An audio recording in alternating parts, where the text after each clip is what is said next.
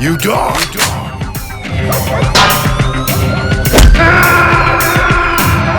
Damn it! Welcome to the motherfucking We're covering today's top boxing news.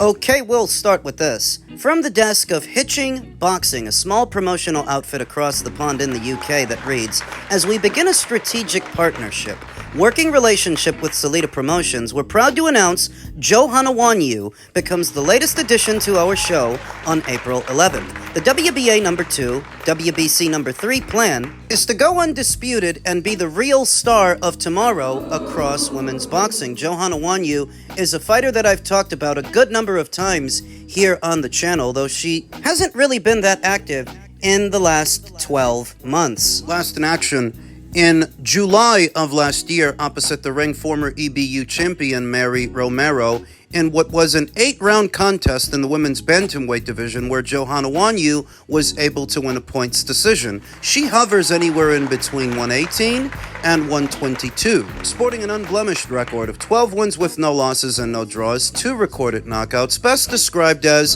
an athletic boxer-puncher. She can box when she needs to and punch when she needs to.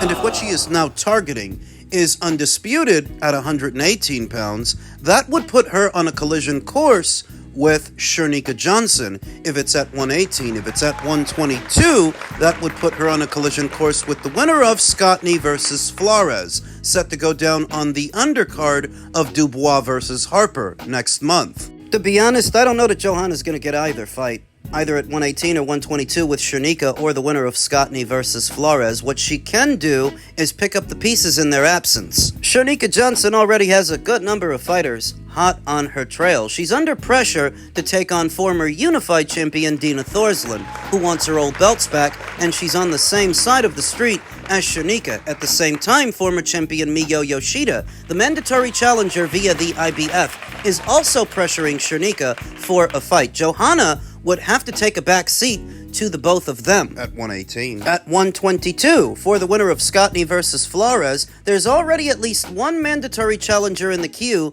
in Sky Nicholson, the WBC's interim champion. Up there, Johanna would have to take a back seat to her. With those things in mind, I'm not sure she gets to fight for undisputed in one fell swoop, but what she can do is continue to fight, continue to win, continue to bank rounds, and amass experience until such a time as a title becomes available. She can pick up the pieces at 118 after Shernika Johnson moves on, currently set to return to action next month on the 11th against an opponent that has yet to be announced. For her to inch closer to that undisputed crown or just a belt of any kind, Johanna needs to start fighting in eliminators for these sanctioning bodies. She needs to get in the queue. Otherwise, I don't know how it's going to happen. The Zuffa belt that's not going to allow you to become undisputed champion. It's not for you because undisputed champion goes years beyond that Zuffa belt. And that Zuffa belt ain't going to mean the same because, like I said, if he don't like you, he ain't got to even rank you as a Zuffa belt. You have no chance. So if that takes everything else out the way, and he don't like you, you're never going to be world champion. If you don't like your manager, your promoter, you're never going to be world champion. No, that's not fair. Yeah, and I think that's what's been the topic now. It's like, I mean, look what you got yourself into now. Of course it is. Look, that's exactly right. Look what you signed up for. You didn't know it, but look what you signed up for. Who cares about the Zuffa champ? What Roy Jones Jr. is describing there is the potentiality for favoritism and dubious business practices within Zuffa's insulated infrastructure, as if those same dubious business practices don't already exist outside of it. I mean, why did Brandon Figueroa get a shot at the full title against Nick Ball before Mirko Coelho, who was already interim champion before that fight was ordered? Why didn't Mirko get the shot? Favoritism. At 147, why did both Manny Pacquiao and Ryan Garcia get a shot at the full title ahead of Souleymane Sissoko, who had been fighting in their eliminators and at one point was ranked at number 1, at a time where Ryan wasn't ranked at all, and Manny Pacquiao was retired? Favoritism. That if the biggest threat that Zuffa boxing poses to the boxers is the potentiality for favoritism, well, that already existed before Zuffa came into it. Roy's not saying much by saying that. What he did say, and what does matter, is that the Zuffa belt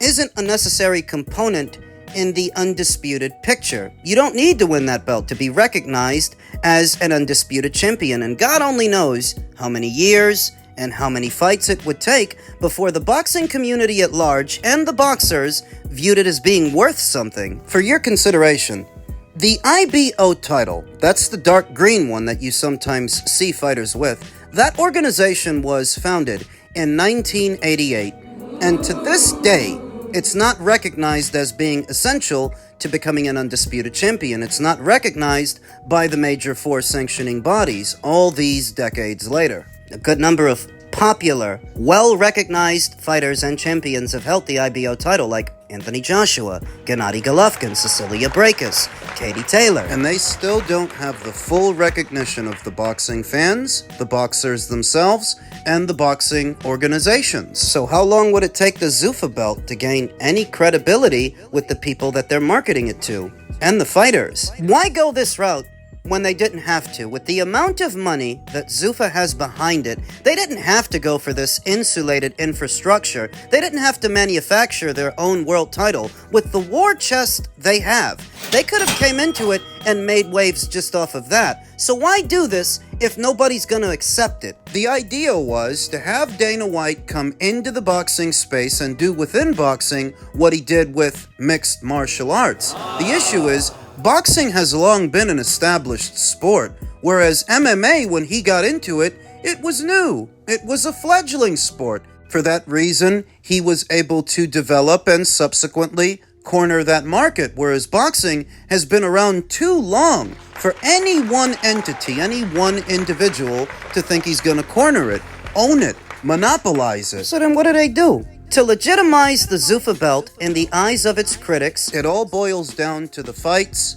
and the fighters. Through the matchmaking, through the promotions, they have to find a way to endear those fighters to the fans, because ultimately, it's the fans that will decide what they recognize and what they don't, what's legitimate and what's not. It all boils down to the fighters, and it all boils down to the fights. If you can entertain a crowd, it could all be so simple. Sounds easy enough, but it's not. I've long maintained that Zuffa can carve out a lane for themselves, and within that lane, they can achieve some modicum of success. But this idea that because they got all this money, they're going to come into it and run everybody else out of business? I don't think so. It doesn't work like that. Not by overpaying Conor Benn and signing the likes of Callum Walsh, more recently Brandon Lee. They signed Brandon Lee? What was recently revealed in one of Ellie Seckbach's recent videos, Brandon Lee is the most recent signing to Zuffa Boxing. But do you think that signing guys like that, they're going to take over the sport of boxing?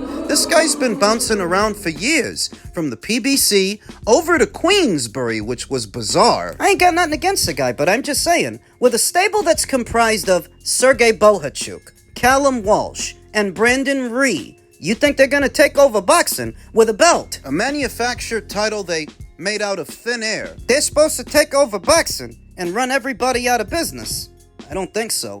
And the best bet to gain the Zuffa belt, any semblance of legitimacy in the eyes of its critics, it all boils down to what fighters you have in the stable and your matchmaking. How so? If the fights are good, and if the fights are entertaining, that in and of itself goes a long way. It's not the kind of thing you want to overthink. You have to remember what it is that draws people to combat sports in the first place. It's entertainment. That's what it's supposed to be. Entertaining. So if Zuffa, with their cards, can consistently entertain the boxing fans at large, the ones that give them a chance, that can go a long way. But even that could only happen over a long duration of time. I understand that Zuffa is just getting started and Rome wasn't built in a day. So I don't expect them to sort out all these issues right away. And it also doesn't help that Zuffa is viewed as being the ops for traditional boxing. The sanctioning bodies, the existing promoters, they are viewed as the enemy. Some do have their allegiances, so contrary to the opinions of a few, it's not going to be easy for Zuffa to make inroads in the sport of boxing, even with all that money. But they are just getting started. I choose to give them grace and keep an open mind. I like how competitive things have become. If nothing else, they've made the existing game in town work a little bit harder, because now they have something to worry about, which I think is good. A competitive market is a healthy market where everybody's kicking out the best content they can, staying on their toes. Staying sharp. I'd call that a good thing, good for me and you. Not so much for them because now they've got to work a little bit harder. But we get to watch. So just sit back and enjoy the show. Just in keeping with the theme of the big shakeup within boxing as a result of Zuffa's emergence and the Ali Revival Act, the bill could force fighters to trade their rights. Their rights to what? A proposed overhaul of the federal boxing law has opened a lane where fighters may have to give up key protections to access the biggest opportunities in the sport. The Muhammad Ali American Boxing Revival Act introduces a unified boxing organization model that would operate under a different regulatory structure than traditional promoters. Supporters say it offers fighters another option. Critics say that the option comes with a cost. Veteran promoter Bob Arum, in a letter submitted to Congress, warned that fighters who sign into a UBO system may not receive the same safeguards built into the original Ali Act. Those safeguards were designed to prevent long-term contractual control, require financial transparency around fight revenue, and keep a separation between those who promote fights and those who represent fighters. Legal figures connected to the sport, including Pat English, have also raised concerns that the proposed structure allows a single entity to control matchmaking, titles, and contracts, all within the same system. That model already exists in mixed martial arts, where centralized control has drawn legal challenges over fighter pay. Here we go with this shit again. The issue isn't whether or not the UBO system exists. The issue is how fighters will have to deal with it. If the biggest broadcast deals, titles, and schedules sit inside that structure, which they don't, fighters may have to enter it to compete at the highest level. Once inside, critics argue the protections tied to the current Ali Act framework may not follow. Oh my god. God forbid that Radzov Butayev miss out on the millions and millions of dollars he was about to make. Creates a simple trade-off. A fighter can remain outside the system and retain the existing safeguards, or sign into it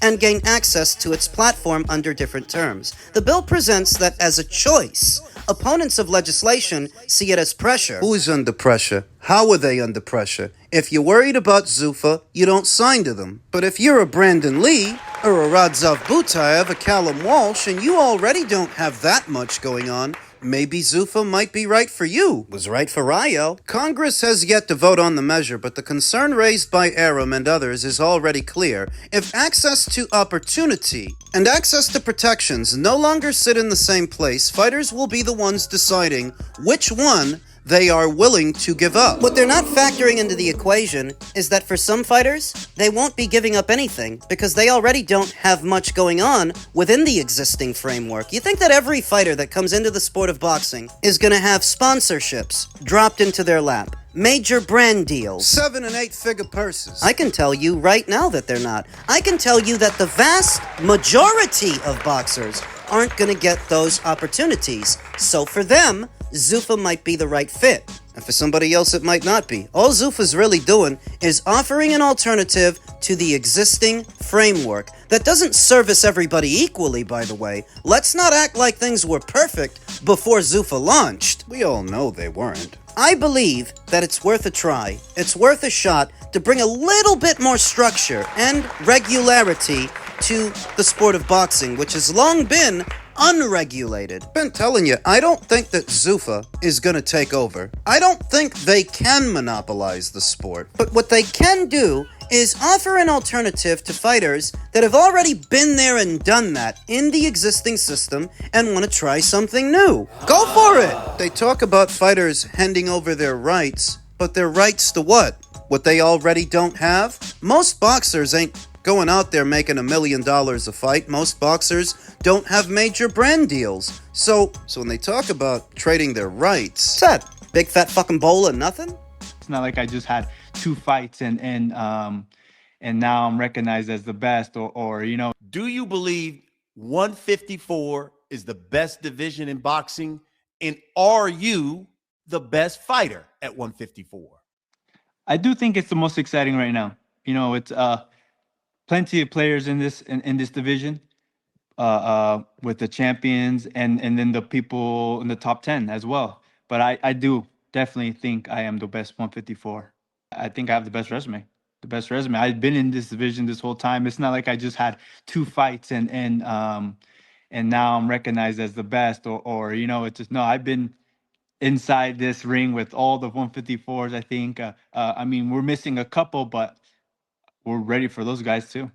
There's all kinds of names, like you said. Spence is coming back. That's still a fight I would want. We have the other champions. We have Josh Kelly, and we also have Xander Zaya. So I would like to have all the belts as well. I don't begrudge Sebastian Fundora giving himself that vote of confidence that he believes he's the best junior middleweight in the world, even though he has yet to prove it. If you're gonna ask the guy a question like that, what is he supposed to say? Boxing as a profession sometimes requires a fighter to believe in something that hasn't happened yet, something that is not yet true. So I don't hold that against Sebastian.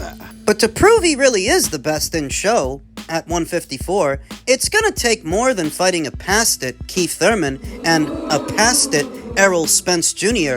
afterwards. That doesn't prove it. What the hell have those guys done at 154 that they would be the gatekeepers of who the best is and who isn't? They're not. You want to prove that you're the best in this division, you gotta pick up all the alphabet titles from all the remaining champions, of which there are 2, then you can defend them a few times to really drive the point home that you're the best in show, you're the best at 154. Do I think Sebastian's gonna do that? No. Because along with believing in yourself when nobody else does, coming with the territory, so does sometimes saying things that don't have any meaning behind them. If it were really Sebastian's intention to prove that he's the best in show, he wouldn't be looking at 2 has-been welterweights in Keith Thurman and Errol Spence Jr. He wouldn't have run from his mandatory challenger, Xander Zayas, surrendering the brown belt to him. Now Xander has 2 belts to Sebastian's 1. Is that how you're gonna prove you're the best? A lot of it just boils down to plain old common sense. It's common sense that Sebastian doesn't actually mean what he's saying while he's letting everybody else make the decisions for him. He's a grown man, it's his career, and he's the one doing the fighting. If what you want to do is prove that you're the best, you get out there and do it, like your sister did, in the flyweight division, taking on anybody and everybody with a belt.